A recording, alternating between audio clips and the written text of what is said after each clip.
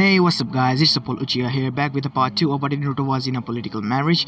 So before continuing this series, I would like to thank you guys for reaching 450 plus subscribers, as well as leaving a like and subscribing to my channel, and for showing such support.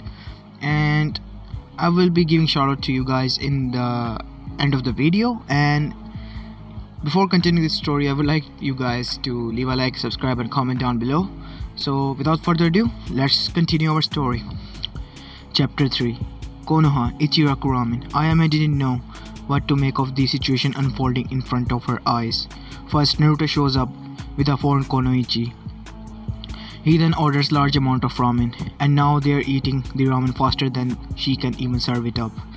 They literally eat the ramen faster than it takes for her to put the ladle in a pot, dump the contents in bowl, and add the extra ingredients like pork and shrimp. It was simultaneously disgusting and intriguing to watch. Not only that, but they were having a slight comprehensible conversation. So what village are you from? Naruto said while taking breaks in between the chunks of words to slurp up ramen. The village hidden in waterfalls. She replied. So that's what you meant when you said waterfalls, he replied. You thought I was from just a random waterfall in the wilderness? She gave a light laugh. How she managed to do this without completely clogging up her windpipe would remain a mystery forever. Well, I never heard of a hidden waterfall, he said in an indignation. We share a border. I never paid attention in class. She gave another light laugh. Neither did I. They both laughed at the same time. So why are you here? No idea. Leader sum up, but just requested me. I came with him. Well, more like order. That's strange. Yes, it is. Naruto and Fu put down their chopsticks at the same time. Evidently, both were full, much to Ayame's relief, as she didn't know how long she was going to be able to keep up. Ayame then thought that it was now the time to tease her little brother figure, seeing as she wasn't running around the kitchen like a chicken with its head cut out. So Naruto, who's your date? She questioned. They both turned a healthy shade of red and began spouting out denials in gibberish. At that time, Ayame decided that it was really fun being her, especially when she brought the check. They both immediately stopped trying to deny being on a date with each other, and promptly began arguing over who was going to pay the bill. You're the man. You're going to pay. She crossed her arm and huffed. We're not on a date. The same rules doesn't apply, he deadpanned. Well, I left my money at the waterfall, she said nervously. That is obviously a lie. And plus, you are a foreign konoichi in a village that is showing great hospitality by taking you to a ramen restaurant, he answered. Fu then tried to come up a response but was unable to. She dejectedly began to take her money out. Naruto would have let her, if not for the fact that she seemed genuinely angry or frustrated.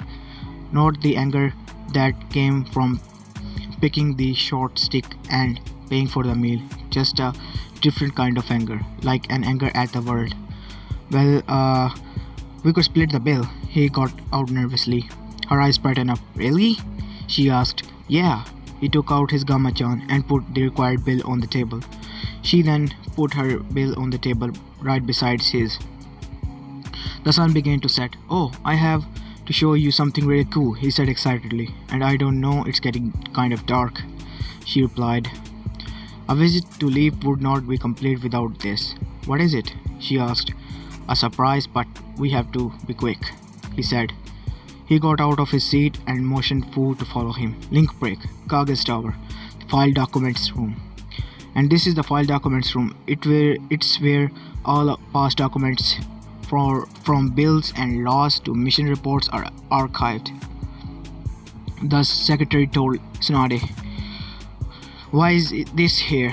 Doesn't it seem kind of like a waste of space to keep meaningless documents around? Tsunade asked. She also idly noticed that it seemed to be bustling with activity. They're most kept for future references, like if now information comes to light about a previous mission, we would have the documents for references. Is it usually this live? No. They must be looking for a specific document and don't have any idea as its whereabouts.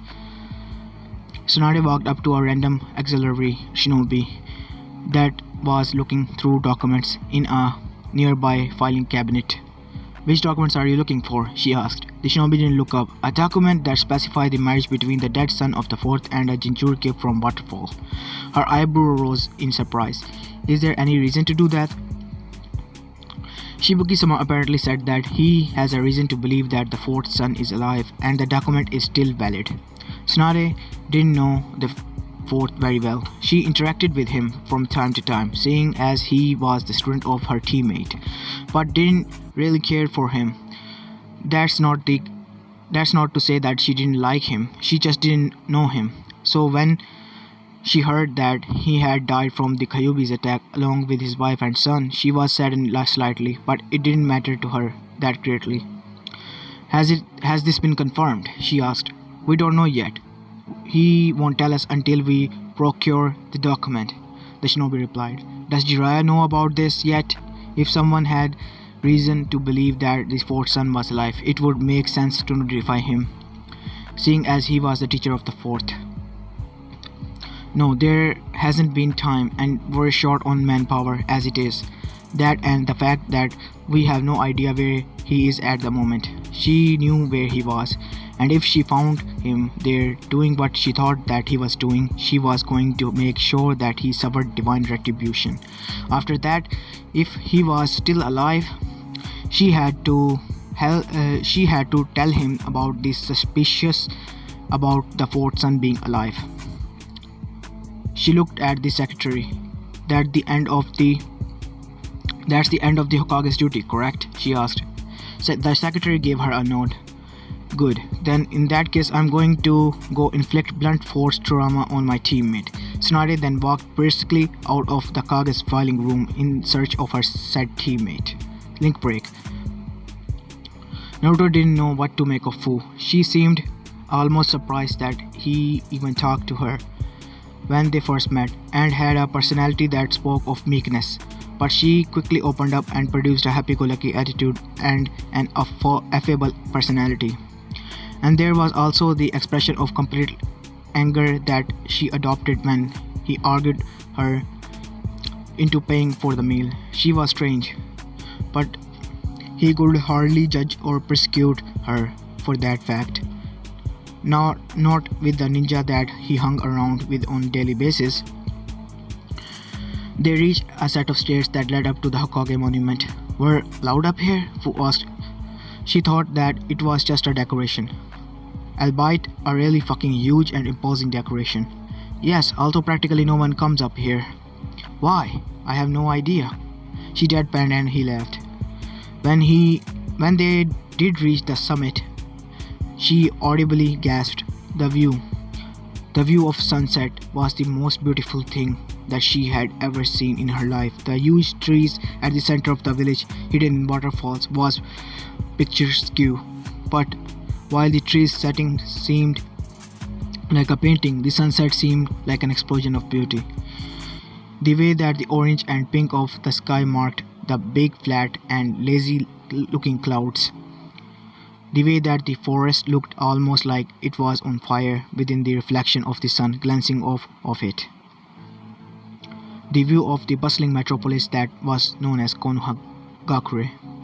They all combined to make a picture worthy of admiration. She could also see the damage from the sound and sand invasion, but pushed that thought to the back of her mind for now. "I make an awesome tour guide, don't I?" Naruto said with his arm crossed and his head high. "You took me to a ramen stand and then to the top of a monument. That's not the village tour that I think of," she said. He deflated a bit and sat down to enhance his visage of dourness. She bent over close to his face, closed her eyes, and produced a large smile. "But this is great," she added. He inflated back with happiness at her remark. They watched until the sun was completely set down. "Do you need an escort back to your hotel?" he asked. "If you wouldn't mind," she said. She had been to the hotel to put her stuff away, but after her trips across Konoha, she didn't think that she'd be able to easily find her way back. Of course not. It's the job of the host ninja to look after the four ninja, he said with a smile. Says the guy who made us split the bill at the ramen stand, she added smartly. He started to fumble for an excuse. But don't worry about it, she added quickly. It's fine, I'm staying at the Eastern Dragon. Oh, I know where that is. Konoha was an extremely large village, even in comparison to others, non-ninja villages. It was lucky that he knew the position of the hotel, and that was only because the hotel was known for being so prestigious. He then started to lead her back to the hotel. When they reached the Konoha proper, she noticed something that she had ignored before. The stares, the whispers, the thing that she hated the most in the world were appearing before her again. When she first came to Konoha, she was astounded by the looks that got. There were stares, there were whispers. She could feel them on her at all times. But they weren't born out of caution. They weren't there before. She was a reminder to the people about all of the family members and friends who died because of the seven-tailed beetle. They were there because she was a foreign ninja wandering around Konoha. It was the most liberating feeling that she had ever felt. But now, even a little bit before now, she noticed that they were back. The look of caution, the look of sorrow, and the whispers that she couldn't hear. But she knew that they were about her. They were back. It left her confused and sad and angry. But then she looked at Naruto and looked at the side of his earnest face, and she didn't feel so mad anymore. Who didn't know why the people were looking at her like that again? But it comforted her to know that there were at least one person who didn't seem to mind her. In fact, he seemed to really like spending time with her. She was happy. Out of corner of his eye, he noticed that Fu was staring at him. He asked her, "Are you okay?" "Yeah, I'm fine." The stare that Fu had directed towards him was devoid of much, if any, emotion, as she was rather conflicted at the moment, and put up her emotional mask to avoid any unpleasant conversation about conflicted feelings appearing on her face. "If you say so." Being stared at emotionlessly was another tick that he added to her list of strange behavior. He led her back to her hotel and bid her goodbye. When he made it home, he fell asleep the moment he fell on his bed. Blink break. Tsunade was looking at the puddle of a man who had bruises, welts, cuts, and even snake bites was floating face up in hot spring. Tsunade was looking at the puddle of a man through a distant man-shaped hole. That was coincidentally was the dividing wall of the female side of the hot spring resort. I pity the man who has to clean up the pool, she thought, showing absolutely no concern for her dying teammate. But it was a good life lesson for Jiraiya, who, for all intents and purposes, now felt like exactly what he looked like, a puddle of a man. Note to self: never peep on Konoichis ever again. He got up and out of pool, laid by the side of the spring, and began to feel sorry for himself. Tsunade stepped through the man-shaped hole in wall. "Get up! I have something important to tell you." She had her professional tone out, signifying that she was going to tell him something important, and that she wasn't in the mood for any bullshit. His speed at standing up was very slow. Shibuki from the hidden waterfall believes that the son of the fourth is alive. He turned still as stone mid-stand. "Oh, and why would he think that?" he questioned nervously, with a hand scratching at the back of his head and a sheepish grin on his face. "Wait, he knew something," she thought. "What do you know?" she asked. "I don't know." He was cut off. "What do you know?" This isn't a question from a friend. It was a command from a Kage. After nodding to himself, he said, "Naruto is the son of the fourth." "What?" she yelled and questioned at the same time. "You were going to be told when you were inaugurated. It's kind of a secret. But more importantly, why does Shibuki think that? Was there any information leak?" he asked. He said that he won't tell us until he knows. He said that he won't tell us what he knows until we get a specific document from the files room. Did he say which document? The document pertaining to the arranged marriage between the son of the fourth and their Jinchuriki. Jiraiya's eyes bugged out of his head. What? He yelled. Tsunade adorned a surprised look. Didn't Minato tell you? The marriage of his son is kind of an important thing to tell the godfather, she questioned. He told me nothing. Are you sure that the document is legit? Jiraiya was talking frantically now, making all the hand gestures that he could with the deadly snake neurotoxin permeating his veins. They're acting like it is. Who's they? The shinobi in charge of external affairs. Fuck. If they find that document is legitimate, which I don't think it is, and have proof that Naruto is the son of the fourth, and go through with the wedding, the secret will get out. He yelled. They both stopped talking as they processed the information. Well, you know what you have to do now, don't you? She asked. Tell him the truth of his heritage? He asked. Seems we'll think alike, she said. Shit. He wasn't supposed to find out until he was older. Why? Because if word got out that he is the son of the fourth, he would get put into the bingo book immediately. But why don't you just tell him, and him alone? She asked. If I could trust him to keep his mouth shut about it, Jiraiya said. Silence again fell upon the two of them. It was a surreal sight, the next Hokage talking about matters of grave importance in an onsen to a man who looked like he needed immediate medical attention. Tsunade walked up to him. He did some rudimentary healing. This is a really fucked up situation, he said. Which one? The thing about the marriage and Naruto, or the fact that I'm healing a god-forsaken pervert in a onsen, she said. Both, he grinned. She shared his sentiments. Link break. Meanwhile at the main gates. Guards Izumu and Kotetsu were getting ready for the night shift when they heard the sound of talking. Why won't you tell us why we're here? An agitated teenage male voice sounded out. Because I don't want you to get worked up over nothing, came a cooler older male voice. A man wearing the official Sand Jonin garb walked into view, along with 3 Sabuka children. This immediately put them on guard, even if peace treaty between the two nations was being seriously considered. They were still considered enemies of the state. The only reason that they weren't being engaged in conflict stemmed from the fact that they were walking serenely and seeming without a care in the world up to the gate's guards. Baki walked up to them and said, I'm here as an acting Kazekage and have matters of extreme importance to discuss with the village leader.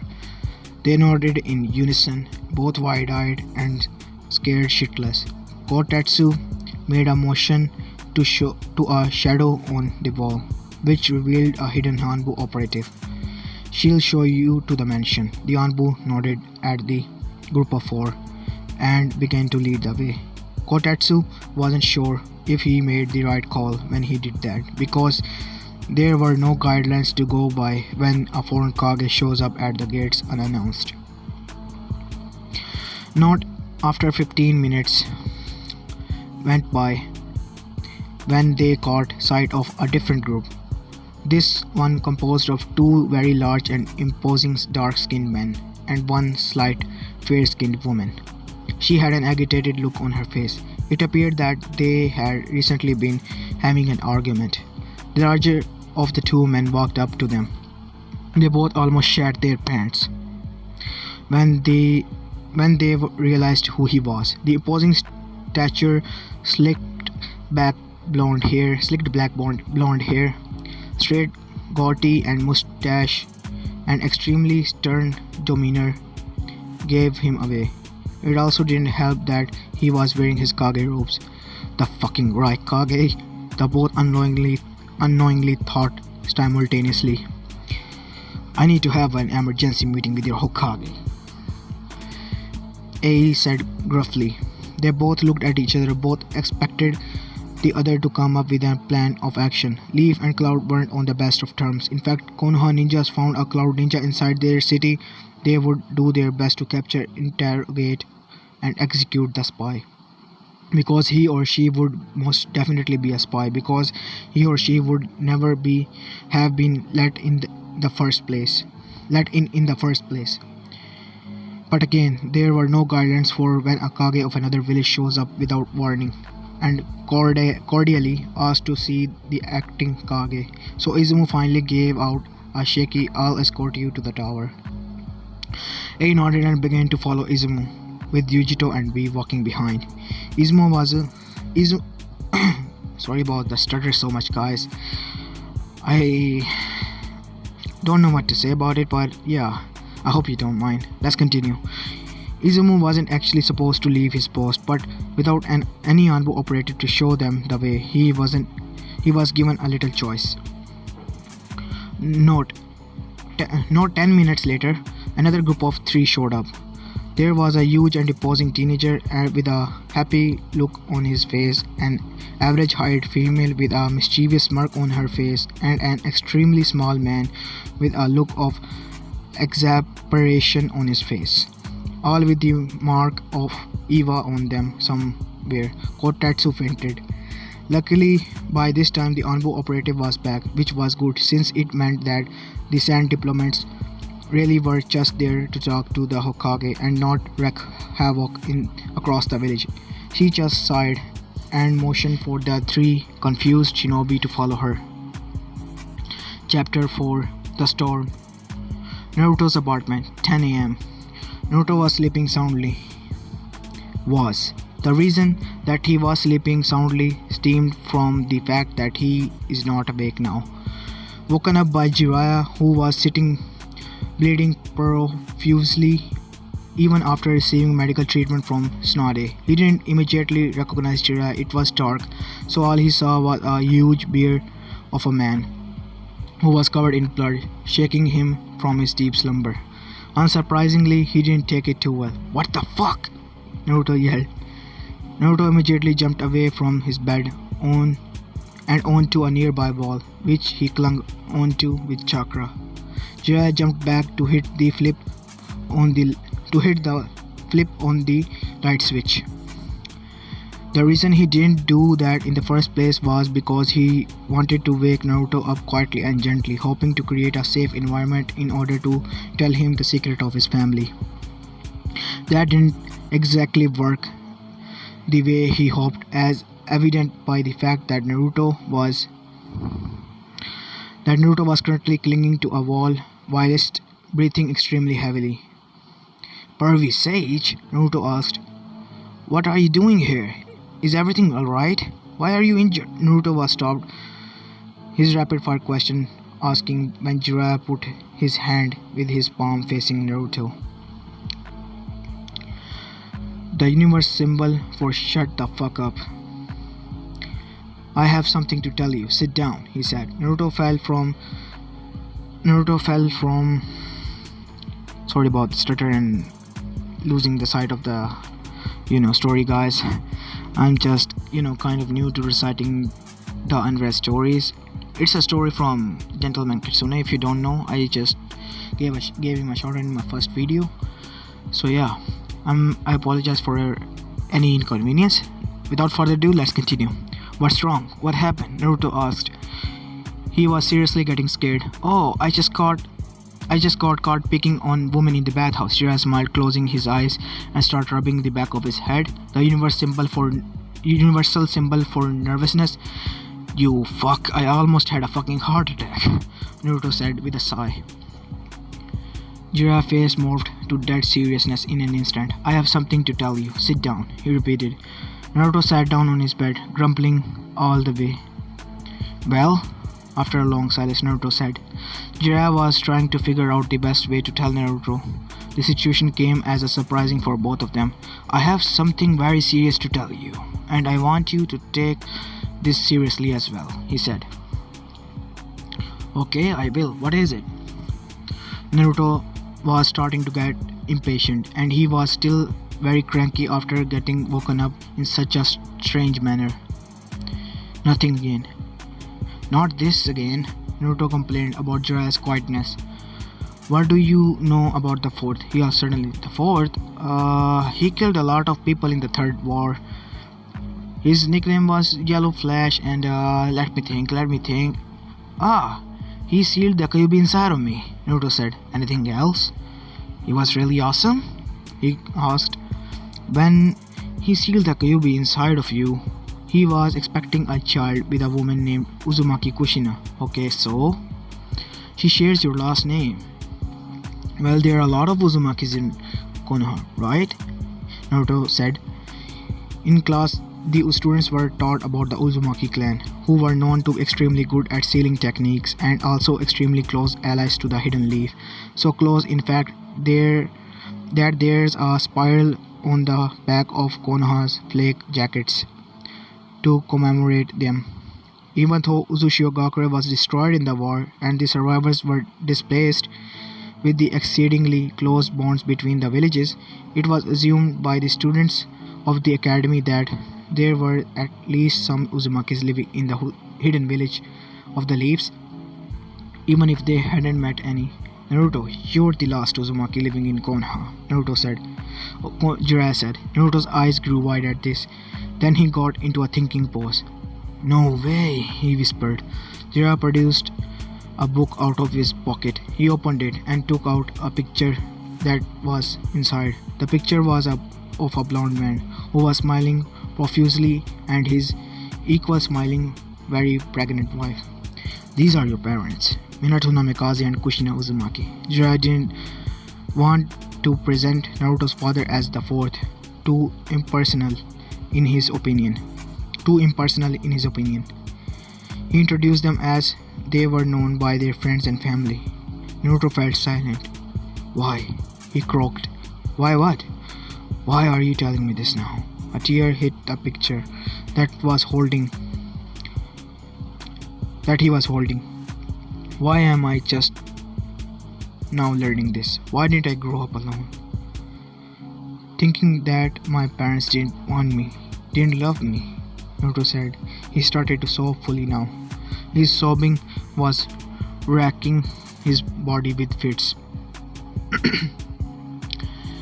This was what Jiraiya wanted to avoid, although he didn't truly think that he would be able to. Listen kids, your parents loved you. Whenever Minato wrote me letters, there was also always a page devoted to you and how he and Kushina loved you. What Minato did, he did not do lightly, and he always wanted you to grow up loved. They sat in silence for a while. Naruto's sobbing started to stop. You didn't answer my question. Why now? Jiraiya asked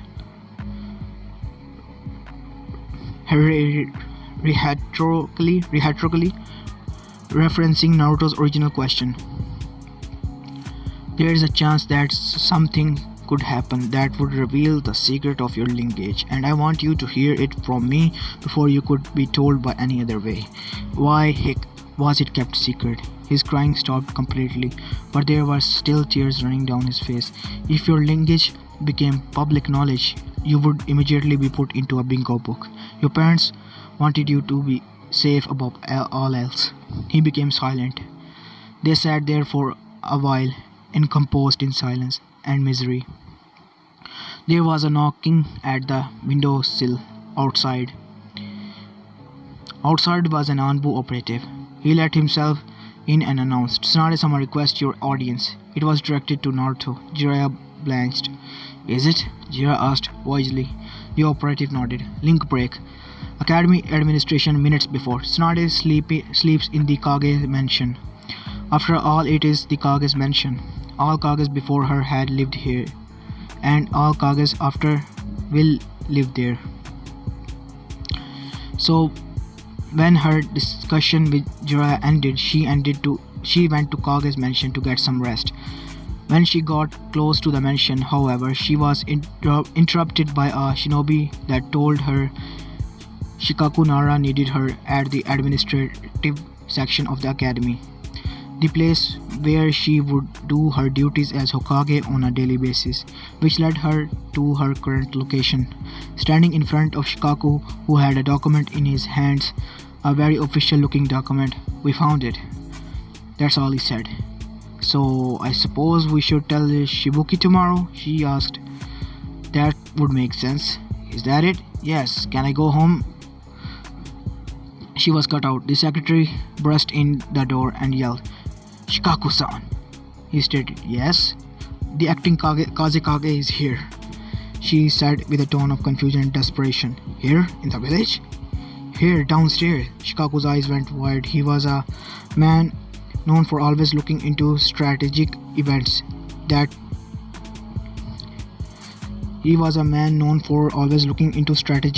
that could possibly take place. Knowing that there was a Kage directly under him had never been a thought that had crossed his mind before. "What he want?" he asked. "To talk to the acting Kage," she replied. There was a silence. The secretary stood around nervously, glancing at the two of them, not knowing what to do. "So send him up," he said with energy and affliction not extremely present amongst the Nara clan. Yes. He could hardly blame her for her lack of knowledge of what to do. After all, there weren't guidelines for these situations. Baki stepped inside, leaving his delegation outside. He looked at Tsunade. "Hokage-sama, I have something important to discuss with you." "Actually, I haven't been inaugurated yet, Shikaku-san." She motioned to Shikaku, is in charge of external affairs. He looked at Shikaku and then back at Tsunade. "This is important for both of you to hear," he decided. "Fuck, I just want to get some sleep." This was strange enough that both Shikaku and Tsunade simultaneously thought. "I believe that you have the sister document to this one." He pulled out a document. A very official looking document at that. Shikaku took it. His eyes grew wide. Tsunade took it from Shikaku. Her eyes grew wide. "What the fuck?" This was strangely enough said by both Tsunade and Shikaku simultaneously. "We need to contact Naruto and Shibuki Dono," Shikaku said. He pointed to two shadows on the walls. Anbu melted out and went to complete their task. "Did you find any documents that looked like this in when you were looking for the other ones?" Tsunade asked Shikaku. "No. We were looking for a document that mentioned the Jinchuriki from Waterfall, not from the previous Kazekage's daughter." "Could you go find it?" I'll try." He let out a mighty sigh and walked out. Baki doesn't really surprise easily, but that doesn't mean he wasn't confused. Because he was very confused. Tsunade noticed his confusion. "I'm sorry, but you're going to have to wait until he returns." He nodded. He was, however, a very patient man. When he brought up his suspicions to the Sand Council, a vote took place over whether or not bring this up and with Konoha. Then a vote took place over whether or not to immediately go to Konoha in order to confirm the document. The first vote was a landslide. The second was close, but in the end, he was sent as an acting Kazekage along with the Sabuka children. He planned to only take Temari, but Gaara insisted in being taken along with them. And then Kankuro also expressed an interest in coming along with them. Baki was being constantly bugged by Kankuro, and to a less extent Temari on the way to Konoha. Luckily, though, Gaara didn't express much concern with the actual mission. He mostly focused on his sibling and their interaction with each other. Baki reclined into his chair for the wait that was about to transpire. Link break. A was very tempted to jump through the window to administration. However, when the small amount of tact he had, he decided it would be better idea to politely ask the secretary for an audience with the acting Hokage.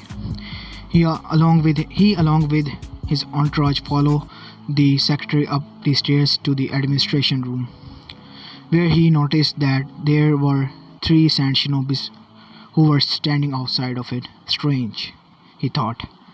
The secretary opened the door and announced his presence. Shikaku also came down the hallway and into the room along with A. Then they had an exchange very similar to Baki's. Jiraiya showed up with a red-eyed Naruto, and told him to stay outside. Shikaku came out from the door and down the hallway and into the file documents room. Gaara looked at Naruto. Naruto looked at Gaara. Naruto was starting to get nervous. Thanks. The monotonous voice of Gaara came out. For what? Naruto said with a confused tone of his voice. For showing me that I don't need to kill in order to reaffirm my existence. I never got to tell you how much you helped me out. Both Kankuro and Temari went wide-eyed. This is the guy who fixed Gaara, they both thought. Now I look after the people who are precious to me, my siblings. Gaara even smiled. It was an unpracticed, seemingly painful smile. But it was a smile nevertheless. Naruto smiled back, and he held out a fist. It's not a problem. Their fist bumped. Kankuro and Temari stayed wide-eyed at the exchange that take place in front of them. Naruto then noticed them. Okay, wait, let me see if I have this right. He pointed at Kankuro. You are Kankuro, right? Kankuro, he said with a groan. Close enough. And you are Temari, right? I feel like I got this right. Yeah, I'm Temari. Both Yujito and B looked at this with an eyebrow quirked, but both decided not to say anything out of accidentally offending the Leaf Shinobi and the Sand Shinobi. Already happened once, and that almost started away. Usually B would jump into any situations with rhymes flowing, but thought better of it in this situation. Then Shibuki and Fu showed up. Fu was ordered to stay outside, who looked really disgruntled. Her sleep was interrupted. She was cranky. That crankiness went away when she saw that Naruto was outside as well. Shibuki went inside the room to meet up with the other head powers. Fu? What are you doing here? He asked. I don't know. A shinobi came in through our window and woke us up. Fairly standard practices in the shinobi world. Are you okay? She asked, noticing the redness of his eyes, indicating that he had been crying. Yeah, I was just told some pretty heavy stuff, that's all. Oh, sorry, this is Gaara, Kankuro and Temari. He pointed each of them respectively. Hello, I'm Fu. She held out her hand to Gaara, who looked at it uncomfortably. He's not very good with strangers, Naruto whispered to her. She changed the direction of her hand to Kankuro, who shook it, then Temari, who also shook it. She looked at Yujito and V. Who are they? She whispered to Naruto. No clue, he whispered back. He decided to introduce himself. Hello, I'm Naruto Uzumaki. Seeing no alternative, the woman replied, I'm Yujito, and I am the mighty killer B. B said, enthusiastically and in a rhyme.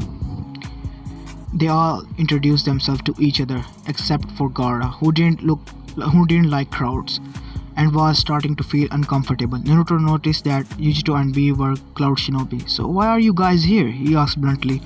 A reasonable question that was unpleasantly phrased. We have no idea. Yujito bitterly responded. She had pestered A for the longest time on the trip to Konoha about it. Jinchuriki would usually never be let out of the village, but this case was apparently big enough that it warranted a double Jinchuriki escort. But now here she was, waiting outside a door for diplomatic incident. Needless to say, she wasn't in a good mood. Naruto looked at Gaara, who shrugged awkwardly, and then at Fu, who also shrugged.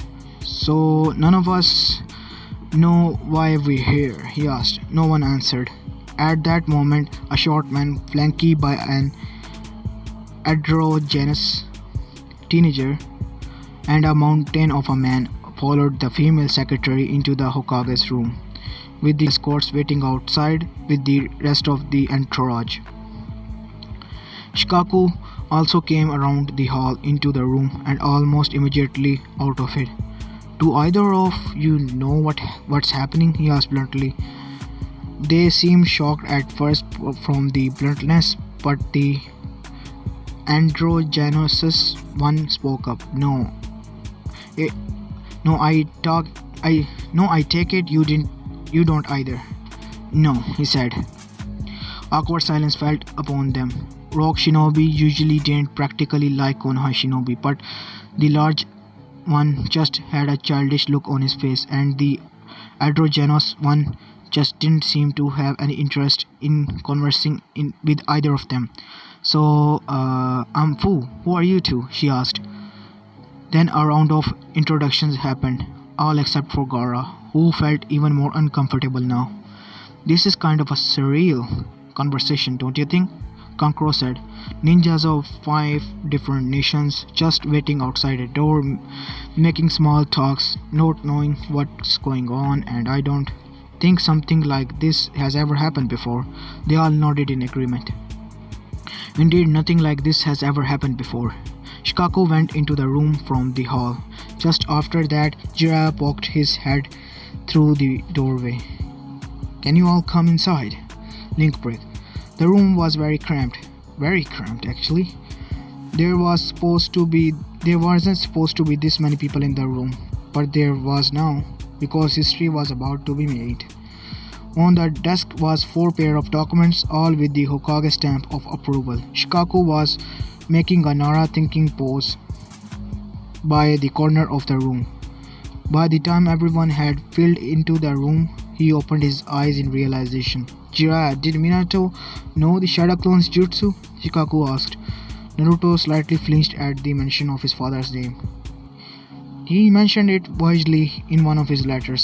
I think I know what happened," Shikaku said. Tsunade made motion for him to continue. "All these documents were filed near each other, but also separate from each other. This doesn't make a lot of sense because of the nature of these documents. One would assume that he would put them at least touching each other. There's also the fact that he actually made these 4 documents. So my theory is that he used 4 different shadow clones to help with his paperwork, and they all signed a different form at the same general time. After each of his clones filled the document, they all dispelled, and he forgot about the whole thing. It's an outlandish theory, but I can't think of any others that would make sense," he finished. All Kage level shinobis nodded their heads, along with Shibuki, while the lower than Kage level shinobi, Sans Shibuki, just looked even more confused. Tsunade then addressed the lower than Kage level shinobis. "About 14 years ago, news got out that to the elemental nations that Minato Namikaze was having a child. 4 hidden villages each sent a peace treaty independently of each other that would be facilitated by an arranged marriage with an unborn child, which would be carried out once he became a chunin. All of them had their eyes wide open. Naruto, while a little slow at times, had a slightly understanding of what was going on." She continued. "He then accidentally signed all 4 of them independently and promptly forgetting about them." Naruto's mouth was wide open. He was in complete and utter shock. These documents are," he searched from the right word, "irrelevant, right?" he asked. "On the contrary, they were all approved not 30 seconds ago." She smirked. "Yujito ni Temari Sabaku, Kortsuchi, and Fu. Say hello to your new husband Naruto Uzumaki, son of Minato Namikaze." Needless to say, the entire room erupted into chaos. So yeah, this is where I'm going to leave this, guys. Sorry about the stuttering in the episode. As I have told you guys before, English is not my first language, and Yeah, I just make what it's for fun, and I hope you enjoy this one.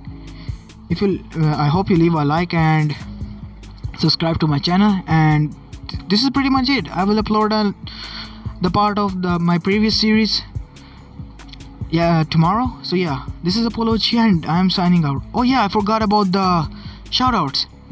Hold up. So yeah guys, these are the shoutouts as promised.